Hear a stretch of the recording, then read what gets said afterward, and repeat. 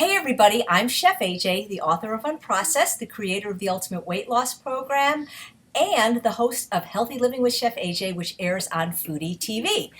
Well, I'm back with a great video series that I hope you'll enjoy. If you've been following me for a while, you know that for about a year and a half I did weekly teleclasses on Wednesday or Thursday night, interviewing some of the best experts in the field of health and nutrition. And it was great, and you can still listen to these replays on my website or on YouTube. But what was difficult about interviewing people on the phone is that you couldn't see them, and so often I would talk over them, and people would complain that I wasn't letting my guests speak. It wasn't that I was letting them speak, as I couldn't tell when they were answering me. So I took about 8 months off. I haven't recorded anything since last December to write my new book, which hopefully will be out by the end of next year or by the end of this year, or not next year, or early next year. And I decided to do a video format because I like looking at people when I talk to them, and a lot of people do enjoy video. But if you prefer audio, just don't look at the screen when you listen. So we're starting up again, and my very first guest is my dear friend, Cathy Fisher. Cathy is a culinary instructor at both the True North Health Center and the McDougall 10-day program, both which take place in Santa Rosa, California. You lucky people that live in Santa Rosa, you've got all the best doctors there, like Dr. McDougall and Dr. Goldhammer, Dr. Lyle. You guys are so lucky to live there. And Cathy is the founder of the wonderful blog Straight Up Food, with a soon-to-be-released cookbook by the same name. I met Cathy when I was appearing at the McDougall Celebrity Chef Weekend in June of 2009, and I liked her right away. My sister adored her. I'm so sick, Cathy, of my sister saying, I like Cathy Fisher's recipes better than yours. And it's like, it doesn't hurt my feelings at all. But she's right, because Cathy's recipes really are among the best. You're not only one of the most talented plant-based chefs, but in the niche field that both you and I work in, which is SOS-free, sugar-free, oil-free, salt-free, I gotta say your recipes pretty much are either the best or among the best and have the most flavor. And what's great about Cathy's recipes is you don't have to be vegan to enjoy them. You don't have to be SOS-free. Her food is delicious, it's familiar, it's comforting, and everybody loves her recipes and everybody loves her. So please welcome Cathy. Thank you. Thank you so much. Yeah, I'm so excited to interview you, Cathy, because I know you, but there's things I don't know about you. And one of the things I find so interesting about you is most of the when I say lay people, I mean just you're not a doctor, you're a professional, obviously, but most of the lay people that I interview have come to health promoting diets or veganism because of either a weight problem or a health challenge. Yet, to my knowledge, you had neither. That's kind of true. I did have a challenge that brought me to this way of eating, and that was I had a dairy intolerance. Okay. And I'd had it my whole entire life, and it gave me terrible stomach aches. And so in my 20s, I just kind of hit the wall, and I said, I was probably complaining to someone that I worked with, and they said, you should read a book by Dr. McDougall. We live right there in the same town, and I had never heard of him, so I picked up one of his books, and that was it. That just flipped the switch for me, and he said that I didn't have to drink cow's milk, and this was a reason that I maybe was having these stomach aches. So I gave up dairy right away, and I just felt so much better immediately. And nobody had ever said in my life, oh, don't drink dairy, don't eat dairy foods. It just wasn't a thing. This was quite a long time ago, and people just weren't doing that or suggesting that, even doctors. So once I gave up the dairy foods, I just felt a million times better. And I wasn't perfect from the beginning. I would go out and I would have a piece of cheese, or I'd have some ice cream just to celebrate how good I was being. And I never understood that mentality, though, how people blow their diet with the foods that they're trying to avoid, but that's, Right.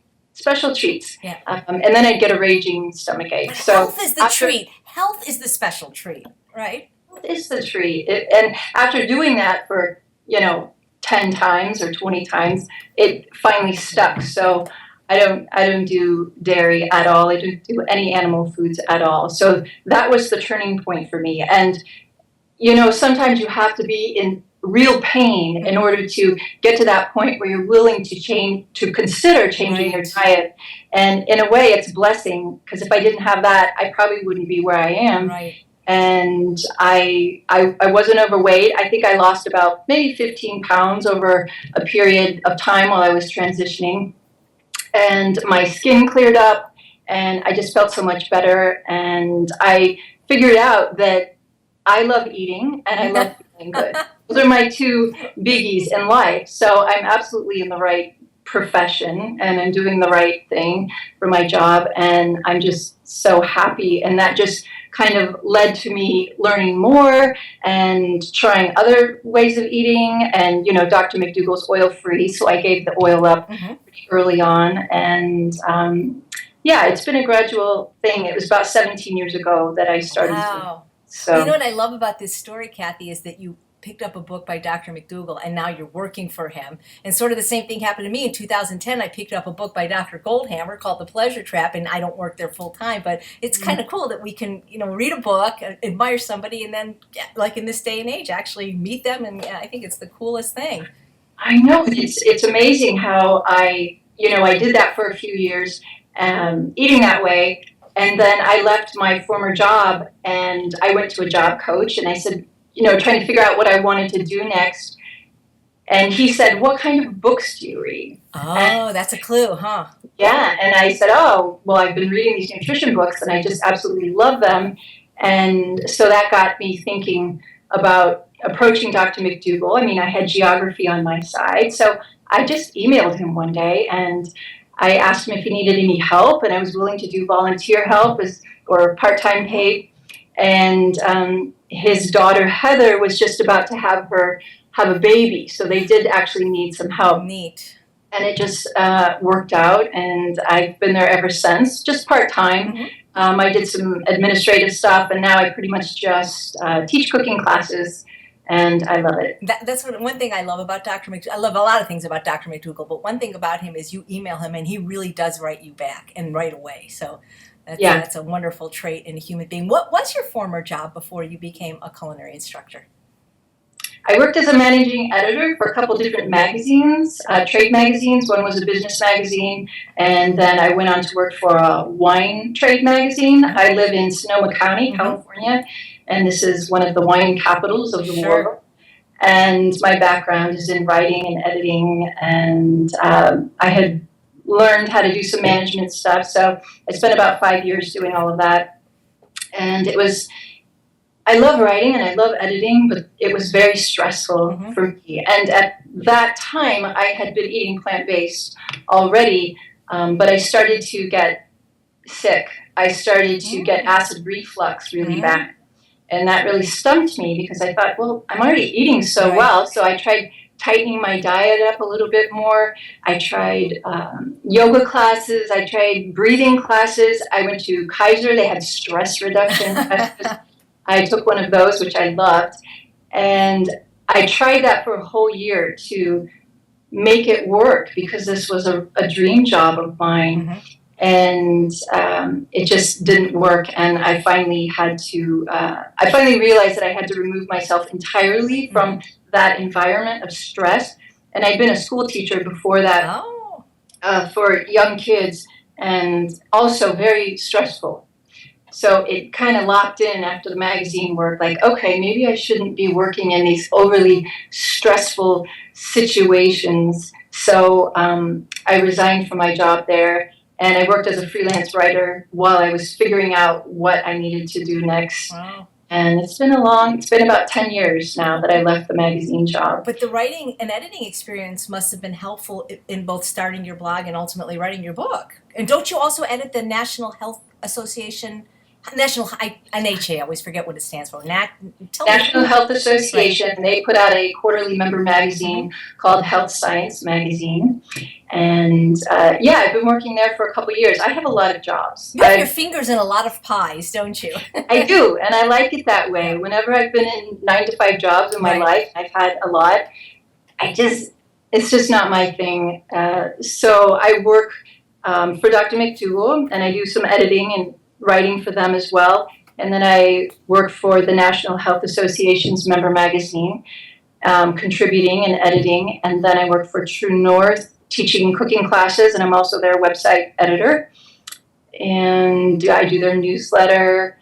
And what else do I do? That might be about it. You were president of Toastmasters for a while. Oh, yeah. I've been in Toastmasters for about 5 years.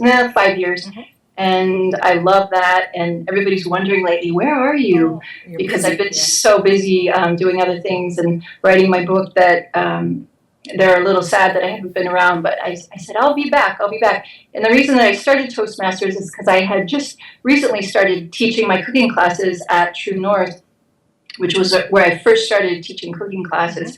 And I thought, well, maybe if I go to Toastmasters, that will help my public speaking skills. And the two really were good for each other. So now I don't stop talking, as you can see. I was going to say, where's the Cathy I met in 2009, the quiet one? I know. I'm a total introvert, but if I have an audience, I just And when I look back in my younger years, I was always in theater and I was in band and I was the MC of the talent show. So nice. It's funny that so you have a little bit of performer in you. What did you play in the band? You look like a flute player to me. I was right. Oh, piccolo. Flute. Yeah, but I always wanted to play drums. I didn't really get to that, but I told my band teacher once, like, I really want to play drums, and he let me play the maracas, I think they're called, for one song. So that's as far as I got. It's never too late if you want to start taking up the drums, No, and I learned how to read music, and so now I play a little guitar. And well, you're a Taurus. Taurus rules music, and food too. It goes great. A little bit of an armchair astrology here. So when did you start the blog Straight Up Food, and why the name Straight Up Food?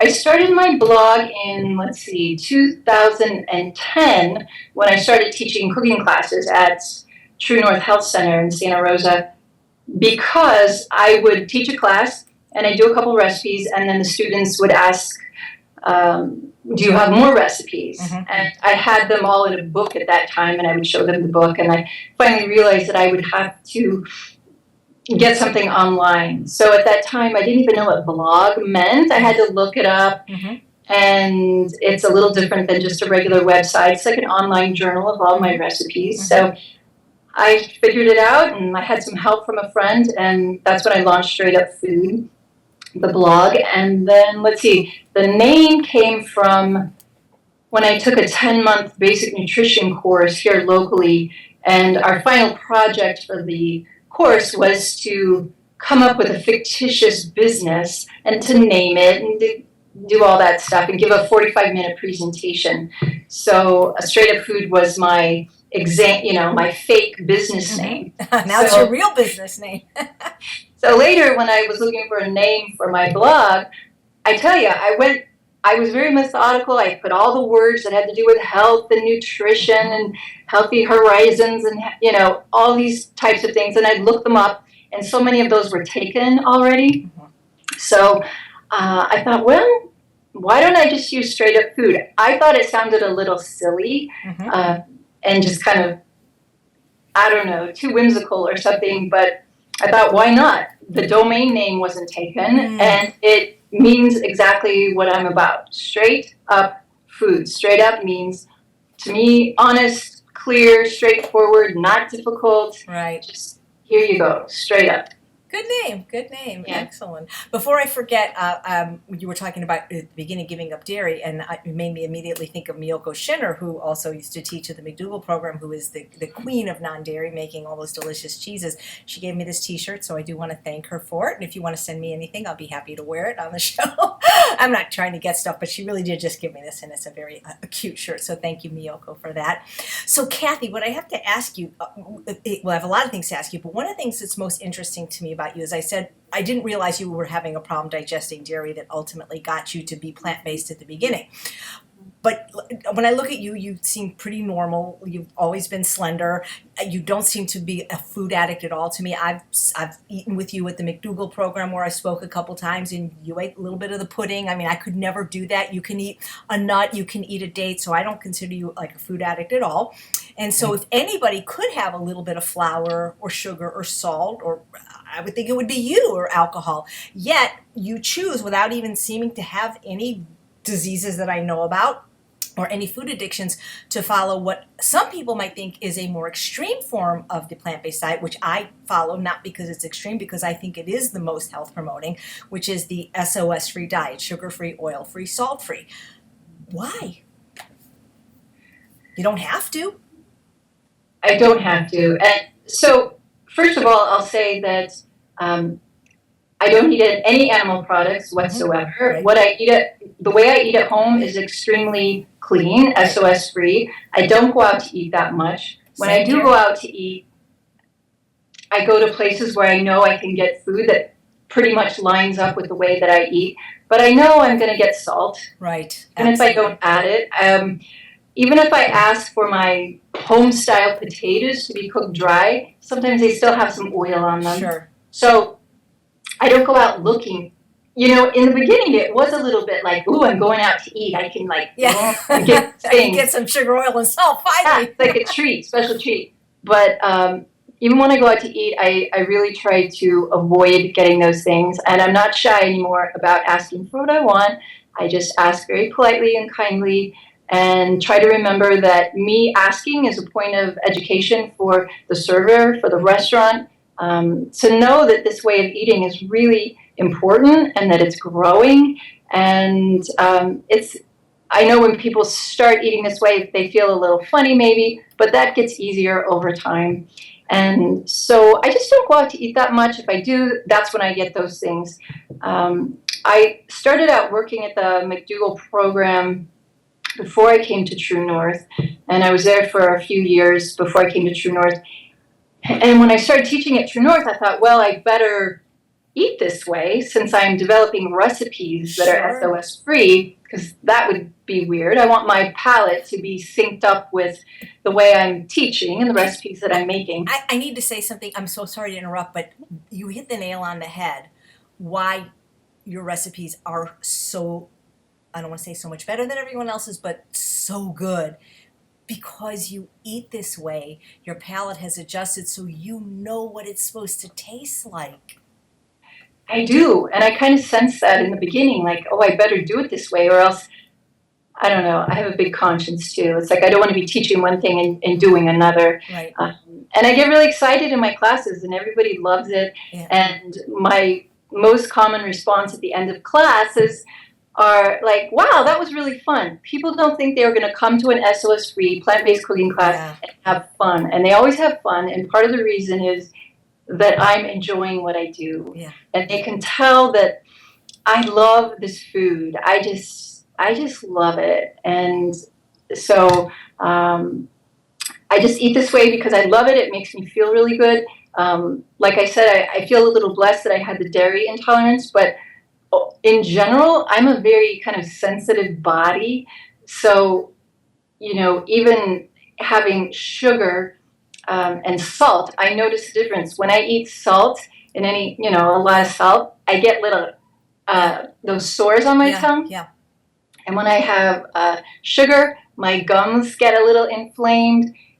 And when I do get oil, it makes, I don't know, I just feel that funny. Oil's gross. It really is. I mean, especially once it gives me a sore throat a little bit, and just very mild, but I can tell the difference. And when you eat a very clean diet, and then you even put a little bit of that other stuff in, your body kind of goes nuts a little because it's so in tune with the way you usually eat. Which shows me that the way that we eat is possibly the most right way, the way our ancestors ate, the way we're meant to eat, because I like you, I don't ever compromise with oil and sugar, but I know that when I travel, I'm getting salt. And you can feel it right away, the difference. And it's not a pleasant difference. It's a detrimental difference. Right, and people that eat that stuff all the time, they don't know how sick they are. They become used to it. I mean, we become used to whatever we do.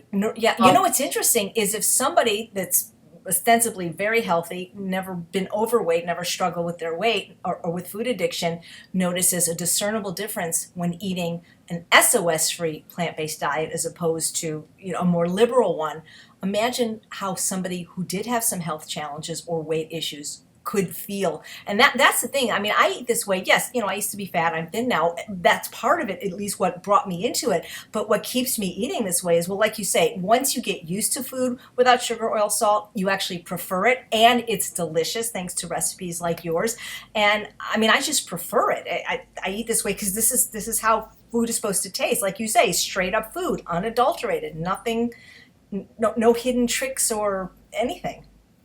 No, and that's why I love my job. I love teaching. That's my favorite job of everything that I do, because you get this hour with people and they watch you make the food, and at the end they get to try it and their light bulbs go on and they get so happy because these preconceived notions of what they thought healthy food would taste like just go out the window. And they say things like, oh, I could actually go home and eat this way, or maybe they're kind of already on board, but they say, "Oh, my husband he'll be able to eat this way. Husbands are tougher." Yes. Or your kids or whatever. So they just light up, and that's why I love teaching. And my classes are fairly intimate. Maybe like 20 people at True North, and then at McDougall, maybe like 50 people. And even then, I'll walk through the aisles and I'll show them the pot of what I'm making. And so they're right there with me. And then at the end, I made a beefless stew the other day in my class. And it's like I'm in this class of little kindergartners who are just, passing a kitten around. They're so happy because they thought it would be hard. And they thought that not all of them, but I'm sure some of them think, like, I have to go home and do this. I'm going to be scrutinized because I'm going to be the oddball. It's going to be too hard to learn. I'm going to miss my old favorite foods. And all of those are just these fears that I help people kind of get out from under. And once they taste the food, they realize that, okay, they're hooked. You got them. Well, that's something great about your recipes. They're not only delicious and familiar, but they're not complicated. A home cook could make them, and I think that's one of the reasons your food is so popular. That in easy to find ingredients. There's nothing weird about your food. You know what? I have to ask you if. When you started teaching at the McDougall program, as we know, it's oil-free, so I'm guessing, if you wanted to use a little sugar and salt, you could. Then when you transitioned to SOS-free to teach at True North, did you continue teaching the same recipes at the McDougall program, or did you add back in salt and sugar for the people there since they were allowed to have it in small amounts? No. When I started doing my True North recipes SOS-free, I hadn't started teaching in McDougall yet. Oh, so you didn't ever have to switch it. That's great. You just and they don't say like, oh my God, where's the salt and where's the sugar? They just think your food's good there, right? They don't make a big deal that it's SOS free, right? They meaning the participants or everybody. I mean, they just like your food, so they don't care that it's not what's missing in your food. It's what's present, which is flavor and body and everything that's in a great recipe. Yeah, they don't care. Nobody cares. I say at the top of each class what I'm about. I talk about that I work at True North and that I'm SOS free. And then I maybe sometimes make the point to say, if you really want salt or you're dining with someone who doesn't eat the way you do and they want salt, they can add it on top. Sure. But don't add it during the Absolutely. So did you find of sugar, oil, and salt that one was a little harder than the other to remove from a recipe, and kind of go in a little hierarchy, because I have we'll have a little conversation because maybe we're on the same page with this, but so oil, sugar, salt, let's talk about them one at a time. Which do you think was easiest to remove, which was hardest, and Good question. Well, speaking for me personally, I've never been a big salt person, so that was easy for me. Interesting, because a lot of people say that's the hardest. Yeah. So, I always loved the potato chips and French fries and stuff like that, but it wasn't a struggle for me. Oil wasn't really a struggle either. I don't even remember. Wasn't a big deal. Sugar, on the other hand, was tricky, and I still kind of find it a challenge. Interesting. But the thing is sugar is the easiest to make over in recipes, and no one knows the difference. Mm-hmm. Because instead of white sugar, brown sugar, agave, honey, maple syrup, I don't use any of those. I just use whole food sweeteners. So and your desserts are amazing. Your pumpkin pie squares are just delicious. Your carrot cake is probably the best carrot cake out there. So your desserts are really, really delicious. And they're not overly sweet, which is what I like about them. They're sweet enough. They're sweet enough, and we all have different taste bud likenesses for sweeteners. So I always tell people, because I mostly use dates for my sweetener, just if you want it sweeter, add a couple more dates. Sure. If you want it less sweet, take it down a date or two. Dates, like medjool dates, they're Yeah. extremely... Right, you always use the medjool. I'm cheap. I use the Deglet Nor. But I use medjool are both. sweeter, yeah. I do like the medjools. They're all soft, and you can... They're like a caramel. They're like eating caramels, yeah. If you freeze them... Absolutely. Oh, they're so good. Yeah. But see, I'll eat one date and I'm done. I can't do that. I cannot. You can. I wish I had your brain chemistry. That's it's too amazing. sweet. I have this very rate, sweet. Yeah. and it gets too sweet for me. But one'll do it. But yeah, sugar. No one ever says, "Oh, where's that white sugar? I really miss it." Yeah. And also in baking and desserts, no one ever says, "I really miss that egg." No. Or right. They never say, "I miss that oil." Yeah. You just cannot tell the difference.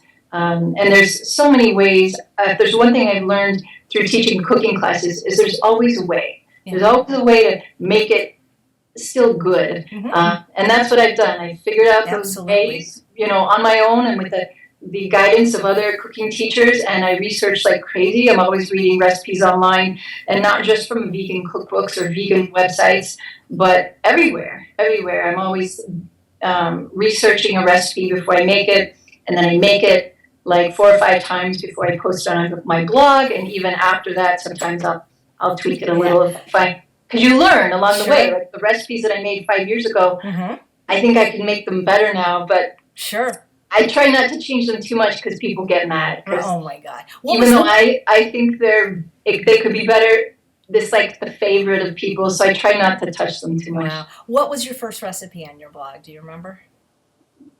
I don't remember. When I first started out, I could go on my blog and certainly find out. It's the one at the very end of the list. But I just started making recipes out of Dr. Dr. Goldhammer's book, The Health Promoting Cookbook. And those are the recipes that I started making in my class. And my favorite audience are the people who are just getting into this way of eating from the standard American diet. So, I gotta grab them and show them dishes that look like what they're used to eating. Like the beefless stew looks exactly like beef stew. Absolutely. It's got to smell and it's got to taste pretty darn close. And I've gotten so many comments on my blog and on Facebook and in person from people say, I've served this beefless stew to people and they say things like, "I thought you were vegan." Oh, nice compliment. Yeah, excellent. Yeah. Anyway, that's probably the number one favorite recipe on my blog. Really? And I thought it was tuna. I thought before it was the tuna, right? They might be neck and neck, but the tuna salad made with garbanzo beans. Yeah, that's delicious. Good. I mean, they're all delicious, but that's killer. I've made that for regular people all the time, your recipes. You can serve your food to regular people. Were you an avid cook before? So that's really interesting. Yeah. No, in fact, I'm a lazy cook. Every so often I'll get into just spending time in the kitchen, but normally I like to just get in and get out. And that's why no one's ever accused me of having difficult recipes, because I don't want difficult recipes. And I appreciate that. I do have some things that are a little more involved, like my meatless loaf. What else do I have? I have a polenta with vegetables and barbecue sauce. So those things are a little more involved, but they're still not difficult. If you can read, you can follow the recipe. It just takes a little bit more time. But I like it very simple. I eat very repetitively. I don't even really use recipes. I just cook for myself most of the time. But when I'm going to a potluck or I'm going to a party or a holiday event, I want to bring something that everyone can eat, not just my usual boiled potatoes and broccoli. But I want to make something, that people look at, like pumpkin pie. Oh, that looks like pumpkin pie. Well, it is pumpkin pie. Yeah. It's just doesn't have all that other junk in it. Right. Your coleslaw is so good. I love that recipe. I see that a lot at potlucks. People bring your recipes a lot of times when I go to vegan potlucks. They're always bringing your recipes. So that's a real compliment. But let's talk about how you eat, because everybody that I interview, people just seem to want to know what we eat. It sounds like you eat a lot like me, which a lot of people would think is boring, but that's what I like. No, in fact, I made the comment in my class the other day, for some reason, that it's amazing how at every single meal, 3 times a day, that excitement for eating is renewed. Whether I'm eating oatmeal every day or a big bowl of fruit or my potatoes, I love potatoes, Me too. and vegetables, I get so excited. And I've been eating this way so long, but I think I can safely say that I didn't really get that excited the way I do now. Maybe I did, but then after I ate, I felt like, ugh, I just feel really not good. And half the time I probably get a stomach ache. And it just felt like excitement and then ugh, and it was this cycle. Whereas now it's excitement and I feel good and I don't feel like I need a nap after I eat. And you're just, the act of eating good food and putting that into your body, I think it does something to you. It just makes you a happier person that you're doing that for yourself. It's a wonderful gift, and it for me helped build on my loving myself more, because that's huge. What we eat is huge. If you're putting good food into your body, that's like a lovely thing to do for yourself. And then for me, I just started doing more good things for myself, and it just kind of rippled out. And just, I don't know, it has unforeseen benefits that I think every person who's been eating this way for a while can attest to. But it's hard to put your finger on, but it's just a pretty big deal to be putting good, healthy fuel into your body. And you sleep better, you feel better, you stand up straighter, your weight normalizes if you do it consistently. Sure. And your breath gets better, your digestion gets better. It's just There's wonderful. really no downside to eating this way. I think it's cheaper. I think it's easier. It's really easy. Oh, you asked me how I eat every day. I eat very repetitively every morning. I think Dr. McDougall has oatmeal every day. I've heard him say that a lot. Yep. I do a similar thing, but I rotate my whole grains every day. So I have oatmeal, hot oatmeal, and then I might have hot cooked buckwheat kasha, or I might have quinoa, or I might have brown rice. Love brown Sometimes rice. I'll put some raisins in there. Sometimes I won't. I'll put some chopped fruit on there, and then I'll put some non-dairy milk on top, and that's my breakfast every single day. Even if I have to go to the airport at 4 in the morning, I still eat breakfast because I love breakfast the day. And if I don't have time, I'll take it with me. I'll make it the night before, or I'll just take some fruit with me. I'm one of those people that's hungry like every 2 hours. So Wow. I love to eat. I'm always eating. I have 2 snacks a day. I mean, I'm not that rigid. It's just when my body tells me that it's ready to eat again. And then for lunch, I usually have a potato with some vegetables. Same here. Someone just emailed me and said, oh, you always say you boil your potatoes and your vegetables. Why don't you steam them? And you can steam them, but I like to boil mine in a little bit of water, because then you can put dried herbs and spices in there and make it more flavorful. Clever. And so that's what I do, and you can drink the broth if you want. I do. I drink, we call it pot liquor, or not we. I mean, that's what I learned in the South, but I love drinking the water from my vegetables. It's especially in the morning when it's cold. It's delicious, and that's where all the nutrients are. Yeah, and if you don't want to drink it, you can put it in a container and save it for tomorrow's vegetables. Yeah, or make broth out of it, or even water plants with it once it's cooled, actually. But don't use boiling hot water for plants. They don't like it. I wonder if my plants would like curry. I don't know about that. It might be too hot for them. So these programs that you teach at, they're inpatient programs. So could a regular person that maybe lives in Sonoma County, could they come to your class, or is it just they have to be in the McDougall program, or they have to be a patient at True North? For the McDougall program, it's a 10-day inpatient program. So if they're interested in seeing me or any of the other cooking teachers, they have to be enrolled in the program. And you can go to drmcdougall.com if you want to find out more about that.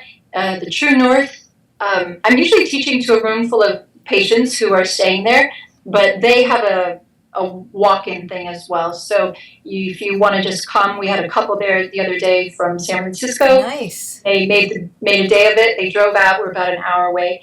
and they paid $25. They got my class, and they Such also a got bargain. lunch. So how would somebody that is local or visiting come see you? And it's on Thursdays, right? You teach on Thursdays at True North every week. How would they get in to be, if they wanted to see you at True North without being an inpatient? What would they do? Just call up and make a reservation? Just show up. Just show up. We need to put a page on the website probably about this, but yeah, you just show up. You don't need to call. Some people email me ahead of time and say, "Oh, I'm coming," just to make that connection, and that's fine. It's 10 o'clock in the morning, right? It's 10 o'clock, and I'm Cathy with a C at straightupfood.com. If you want to introduce yourself first and say I'm coming, you can do that, or you can just drop in and maybe get there like 15 minutes early, and they'll take your money at the front desk. And so I get done at 11, and then you have an hour before lunch, and you can sit out in the courtyard, or we have good places to walk around there. Right. Or, yeah. So True North, there's no start and stop time the way there is in the Big Google program. So somebody could literally, they could have just arrived, and your class could be maybe the first activity or that they've gone to. So when you get somebody in your class maybe that doesn't really know anything, and they're seeing this person make food without sugar and oil and salt, do they ever like freak out or say, I don't get it, or why are you doing this? Because they haven't seen the lectures by the doctor, so do you ever have to explain the why to them? Or do you just say, well, wait until Monday and you'll hear all about it? You know, I've gotten to the point in my teaching where a lot of the why I just talk about naturally. In the beginning, I don't know if I ever told you this, but I used to have jokes because I wasn't good at filling the space to say, one cup this, whatever. Yeah. So I would have these little third grade jokes that I would tell people because I felt nervous. And now I'm filling in all the time with why we're doing this. Yeah. And if I'm using a canned good, I explain if you don't like cans, you can get tomato paste in a jar. And so I'm always giving this other information at the same time. But I don't really know in the audience who's just gotten there and who's eating this way for 20 years.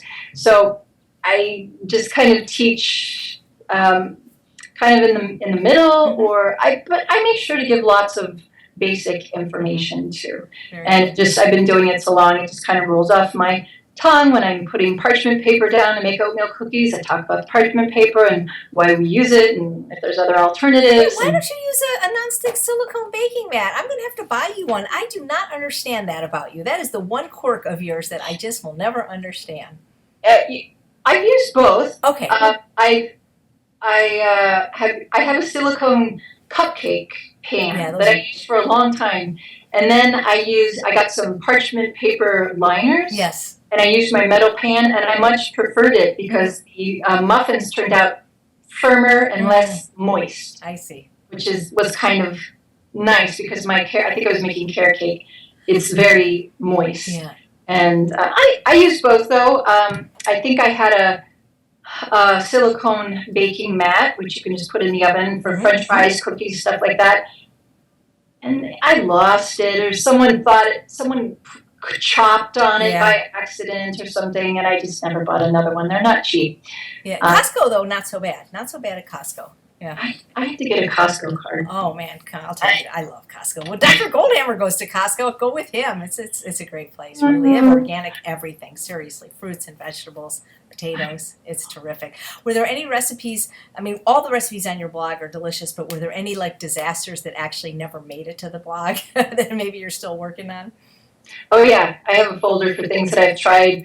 I got an email from someone the other day asking about mustard because I have a ketchup recipe, which is great. And then sometimes I'll mention that I tried making mustard from scratch, from mustard seeds, from mustard powder. I researched online how people made mustard, and it just never worked for me because when you make mustard from scratch, it's extremely hot, and what you're supposed to do is let it sit in the refrigerator in the container for a couple days to mellow the heat, and it never mellowed. I left it in there for a long time. That's funny. So I just gave up on it. Maybe I'll come back to it someday. But you can find salt-free mustard. Yeah, we're lucky. We can find salt-free mustard and we can find sugar-free ketchup, but to my knowledge, there isn't a commercial salt-free ketchup yet. Not yet. No, and it's kind of crazy. There should be, because when you concentrate tomatoes into tomato paste, if you've ever tasted tomato paste, it's very salty. Yeah, that's why sun-dried tomatoes are such a great addition to recipes when you're not doing salt, you know? but they're just tricky to find without oil. Yeah. But not impossible. Right, not impossible. You can always get them online. Do you have, like, for anyone at home that maybe wants to do their own recipes, and when people say, oh well, just omit the salt or just omit the oil, just you can't just take something out unless you put something in, right? You can't just like look at a regular recipe and just say, okay, it's SOS free. No. Is there a method to your madness, or do you have some tips and tricks for people on how to replace the oil, how to replace the sugar, how to replace the salt? And not all recipes have all three, but it seems like the ones that most people like definitely do have what I call the evil trinity. Yeah, sugar, oil, salt. You call it salt, oil, sugar, interestingly enough, because I always go sugar, oil, salt, and you go salt, oil, sugar. Well, yeah, and I don't know why I do that. I don't know why I do that. It's still SOS either way. SOS, yes, the international distress signal. Distress signal, yeah. Which is, if you eat the standard American diet, you're going to be in SOS. You're going to need to get some help. Asking for help.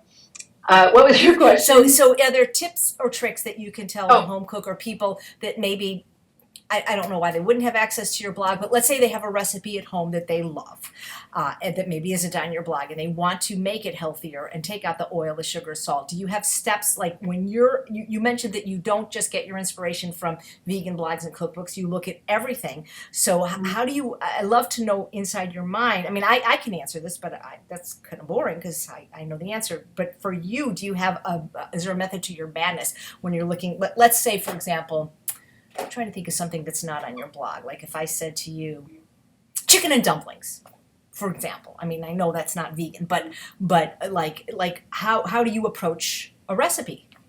If you're going to first make it vegan and then make it or do you first make it vegan and then you make it SOS free, or you just do kind of everything at once? Well, let me use an example of one that I've done because that's easier to talk about. Sure. So maybe for the beefless stew. So traditional beef stew obviously has beef in it, which we don't want to be eating. It's got salt in it. It's got oil in it. Sure. So those are the main things. And often it has wine in it. Wine, Sometimes right. people put red wine, yeah. Even though you used to edit a wine magazine. I know, and I always thought I would get into wine, but I never did. I don't hate it, but it's just didn't grab on to me. Good. Now when I drink wine, it kind of messes up my system. So with the beefless stew, I thought, all right, obviously we're going to have beef is the biggest thing, so we need to get that out. What replaces beef? And so I did some research online, and I don't even remember if I thought of this or I found it online somewhere. Portobello mushrooms, cut into nice chunks, and after they cook down, they kind of resemble. They have a texture, and the look of a beef chunk. Yeah. Then I thought salt. And beef stew generally has tomato paste in it, so that really helps with the salt. Mm-hmm. And then what else? And there's celery in there, which is naturally high in sodium. There's carrots in there that are very flavorful. So all that stuff is coming together to bring a lot of some saltiness and some good flavor. And then as far as the oil, I find that oil is very easily just left out. If you're sauteing your onions or your vegetables, just use a little bit of water instead of oil. You can use some vegetable broth. I tend not to use vegetable broth too much because it's high in sodium. Even the low sodium stuff is very high in sodium. So I just use water, and especially for something like stews and soups. By the time you get to sauteing the onions and all this stuff and putting in the tomato paste and the dried herbs and spices and potatoes and everything, it tastes great. You can't taste that the oil's missing in those kind of recipes. Taste the oil's missing. You have a lot of flavors. So save your money. Don't buy vegetable broth. And saves on packaging. I'm turning into a garbage packaging nut too. And so I just use water. And let's see. And then, so I'll try making it that way. And if it looks good, but it still is a little bland, then I'll up the granulated onion or the granulated garlic, or I'll add more fresh garlic, or I'll add more dried green herbs. And yeah, so that's one example. Baking is a little bit different. I have things like pancakes and waffles and bread and stuff like that, where generally I'll use some raisins or bananas or dates instead of the sugar, but they also work for the lack of oil because they're moist. Yeah. And so I just kind of been doing this long enough, so I kind of have my instincts about me about how to start, and then I just tighten it as I go along. But in the beginning, I used things like egg replacer, and I kind of got away from that because True North is really trying to emphasize a whole foods diet, not So none of the processed stuff, for sure. And even cornstarch I don't use. I don't use arrowroot, and they're not the worst things, I suppose, but I find other ways to thicken, like in the beef stew. So I make the whole beef stew, and at the end, I take a cup of it, I put it in the Vitamix, I blend it, and I pour it back into the pot, and that thickens. That's a great idea. Yeah, you can do that with any soup. That's a really good idea. Yeah, so you don't need things. But I do remember in the beginning I did use those things, and then I kind of transitioned away from them. And every recipe's different. You just got to get your mind away from what you think needs to be in there, and strip away those SOS, strip away the meat and the dairy, and then just see what you come up with. And if it's not quite what you want, just well, that's the fun. I think recipe creation is very creative, and it's very fun, but it can also be frustrating at times. You know, it's time consuming. How much time would you estimate that you spend on creating a new recipe? And is this something you're continually doing every single week? It's very tedious. I'm a details person, yes. which is why it took forever for your book to come out, because it had to be perfect. You wouldn't just slap it together and. No, I like things to be the way I want them and like them, and I like the details to be right. So it takes like 4 or 5 times of making a recipe before I'll put it on the blog. And is it frustrating? No, it's not frustrating at all. It's very exciting, and I know a lot of people wouldn't find this exciting. My kitchen is like my lab. So I get in there and I make it the first time, and I think, oh, it needs X, Y, and Z, tweak this, tweak that, a little more of this. And I'm keeping notes. I keep notes of everything I do. I keep the dates on, and I keep it all. And then I tweak it. So every time I'm making it, I'm getting closer and closer. And then the last time you get it right, it's like the best feeling ever. And it's, you get to release it into the world. And I take pictures of all my food as well. It's like your babies. It's like your kids have grown up. It's like, okay, here you go. It's so much fun. I put it on the blog, and it'll be up there for 3 days, and no one's commented on it. I'm like, oh gosh, I wonder. Maybe they just haven't opened their email yet. I don't know. You're a sensitive soul. So you create recipes, you write a blog, you're writing a book, you teach at the 2 premier elite, inpatient places, in my opinion, in the world. You edit another magazine. If somebody said, okay, Cathy, pick one thing, you can only do one, what of all those various hats that you wear, what is your favorite? I'm going to guess it's the teaching, because you already kind of said that, but. Yeah, the cooking is very creative. Writing and editing, well, writing's very creative too, but probably the cooking. And the recipe writing goes along with that, and then the sharing it with other people goes along with that. So those 3 things I just absolutely love. I don't love washing dishes. So I would love to have a dishwashing assistant someday. Well, you should maybe put that out there. Maybe somebody that couldn't afford the $25 for the class could be your dishwashing assistant. You never know. Great. Can you come to my house and wash my dishes and go grocery shopping? An intern. Why not? Maybe somebody watching this lives up there. I mean, I think you'd be a great person to mentor somebody, I don't know. I know when I worked at True North, Chef Ramsey's and I work right next to each other. And he's the head chef, so he never has to wash his own dishes that I've seen, because he has assistants who do that, as well as help with the chopping and other stuff. But I think someday I'm going to not have to wash my own dishes. I've actually seen him, because, we've hired Ramses for Healthy Taste of LA many times, and even Chef Eric, the Millennium guy. God, why can't I think of his last name? Eric Tucker. And man, those guys wash their own dishes. They swept the floor. So they actually they're real straight up guys, so if you will. The Health Science magazine that you edit, it's a beautiful magazine. Can regular people subscribe to it? It's very well done and shiny and beautiful photography. Could just a regular person, subscribe to that, or? Yes, anybody can join the NHA, the National Health Association, and if they join, it's $35 a year. It's entirely reasonable. They'll get this member magazine every 4 years. I have one right Yeah, it's a very nice magazine. here. Yeah, really good articles, really good recipes, and I subscribe. I really enjoy it. Yeah, you were in our.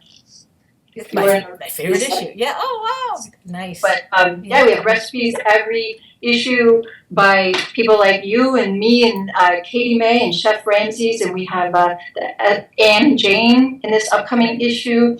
So there's lots of good recipes. It's about 40 pages long, and people say they love getting it because it kind of is a reminder of like, oh, these are my people, you know, and this is what I do. And there's interviews in here of people from True North. This is most aligned with the True North way of eating, the SOS-free way of eating.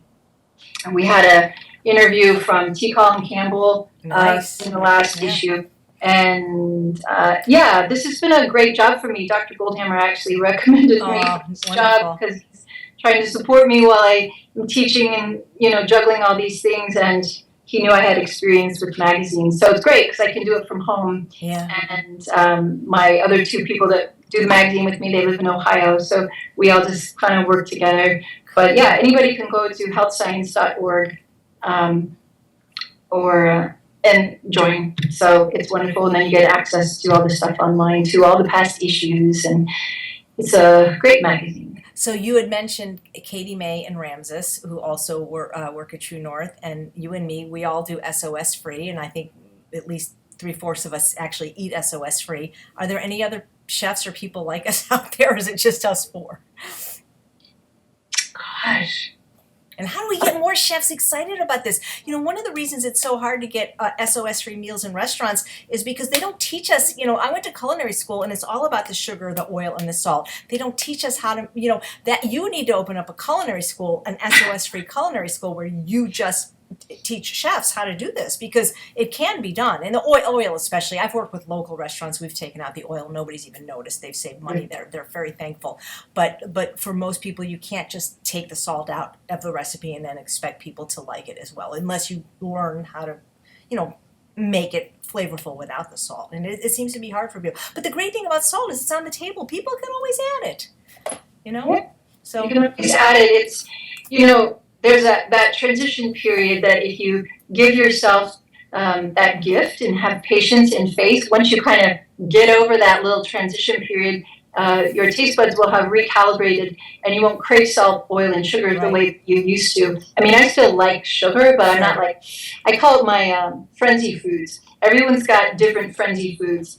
And you know it's a frenzy food because it makes you just you get kind of like crazy when you think about it. You want it, like chocolate is a frenzy food for a lot of people.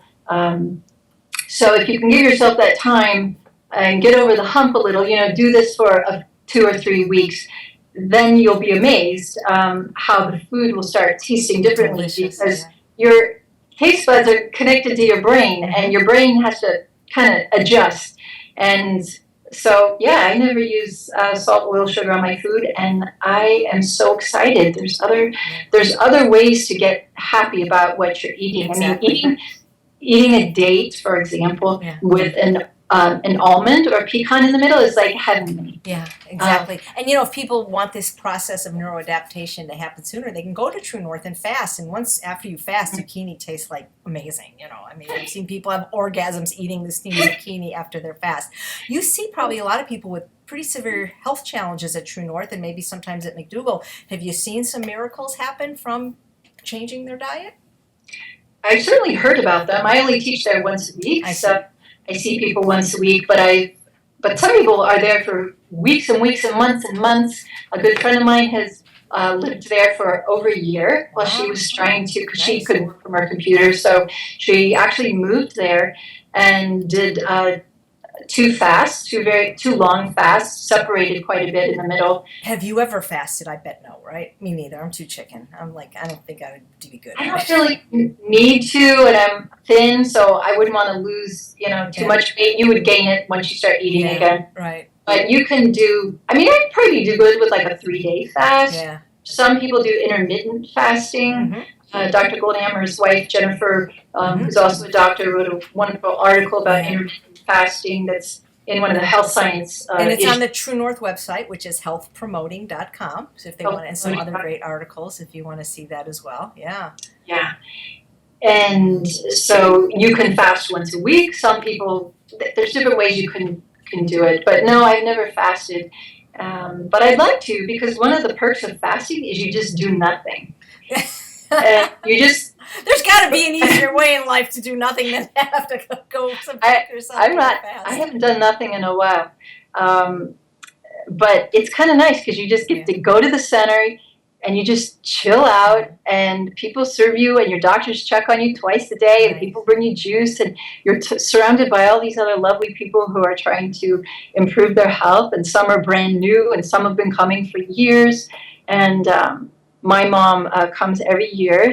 Cool. I finally got her and her husband on board a while back, and so they come she comes every year, he comes every so often, and she does a week-long fast. It's kind of her tune-up. Wow. And she sits right in the front row of all my classes. She's proud cute. mother, I bet, huh? Pardon me? A proud mother. Oh yeah, she's very proud. Do you, you know, we're getting towards the end of the hour, but I want to know, because you eat so healthily, you look so fit, do you exercise, or you can just get away without exercising because you look so good? You know, interesting point in time. I generally do exercise. My favorite exercise for years was dancing. I was going to guess that about you. I don't know why. I always dance. Because it seemed like it would be expressive and. I'm long and lanky. Yeah, you are long. You're about 5'9", huh? 5'9", are you? 5'7", and I grew up doing ballet, and then I just like 15 years ago or more, I got into social dancing, which means that you're not just dancing by yourself, you're actually doing steps with somebody. Mm-hmm. And so I learned about salsa dancing and swing dancing, and I even learned about country western dancing. I just was a sponge for years of all the different kinds of dancing. Talk about a good workout.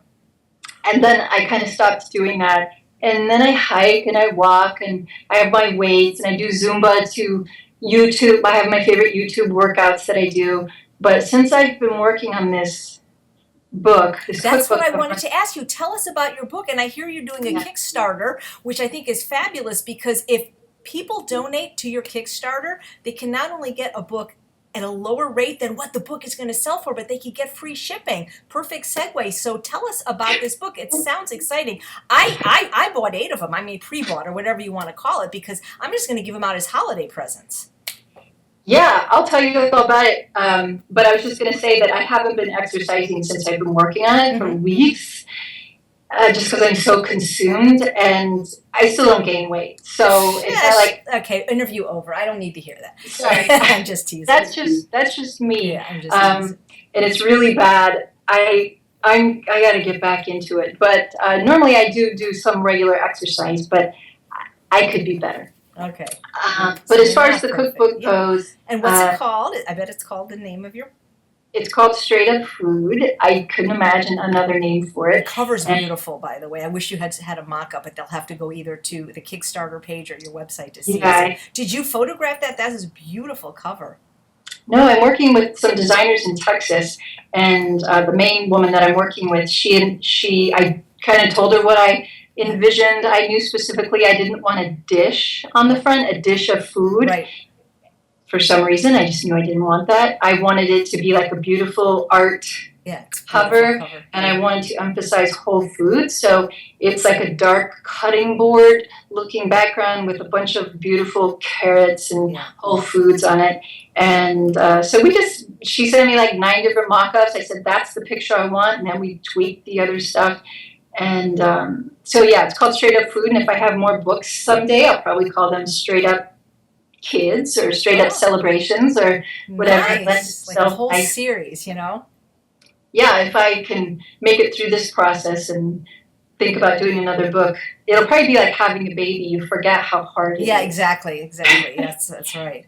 Yeah, so you have a unique feature in your book, which actually I have gone to places to get inserted in my favorite cookbooks, and maybe you can show people how cool it's going to be, because when you're looking at a book, it often closes. Right. So interesting, writing the book as a teacher, I get all this feedback from my students all the time. The main feedback is color photos. So I thought, okay, color photos. And we want a book that lays flat. And they also wanted a book that had nutritional information in it.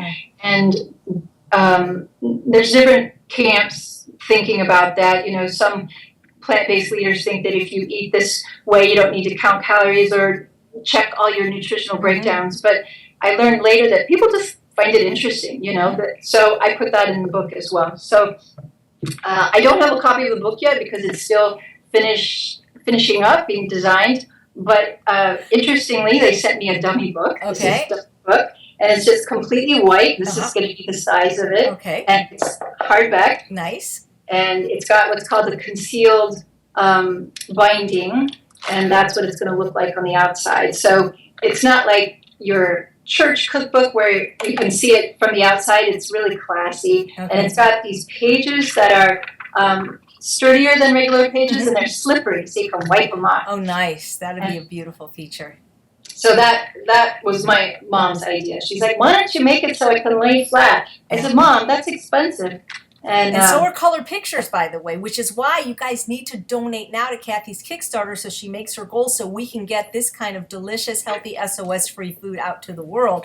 And if they donate now, they'll get their book by about October probably, right? And how do they go to your Kickstarter page to look at the beautiful recipes in the book and get their book in advance with free shipping, I might add? Yeah, you can just go to Kickstarter.com and search Straight Up Food, singular. And you'll find me. There's a picture of me with the book cover right next to it. And if you've never visited an online fundraising campaign, it's really fun. It's everything you want to know about the book because you are an investor in my book. So I want to present it all nicely for you. So you'll want to be a part of it. So there's pictures of the, like this, but with actual recipes in it. You can see the cover. You can read about my story of how I got into this and how I got into teaching. And I have a very thorough budget in there of where all the money's going. And what else? There's all kinds of perks, or they call them rewards. So there's tiers. So if you donate $30, you get a book for free shipping. It's going to sell for more than $30. So it's a great deal. Why wait? Why wait? You know, have it in time for the holidays. Exactly. And the more that you get, the better deal it is. And so, how close are you to your goal of what you need to make this book a reality? Well, the money goal. Yeah. I think I could look right now. I don't know if that, but I think we're at nearly $34,000. So you're and our goal's 50. So you're about 3/4 the way. Okay, so come on, people. If you love Cathy like we love Cathy, and you love these recipes, let's get this out there and let's get this happening. You know. Last question, and I ask this to just about everybody I talk to: who most inspired you? And it doesn't have to be somebody in the plant-based world. You know, it could be anybody. Who most inspired me to eat this way? No, just in life. Like, you know, I mean, a lot of people say it's their father. I mean, you know, just off the top. It's like Toastmasters, table topics, go. Who most inspired Cathy Fisher in her life? Who most inspired me? You know,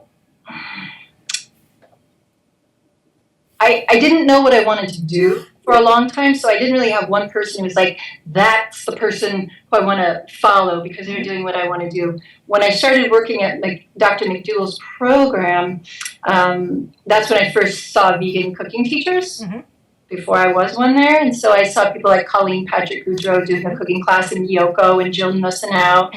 And I thought, that's what I want to do. So they were definitely inspiring as far as the cooking class aspect goes. And I would have to say that my mom was very inspiring to me. She's a Taurus as well. We're just like little clones of each other in a lot of ways. She's very creative.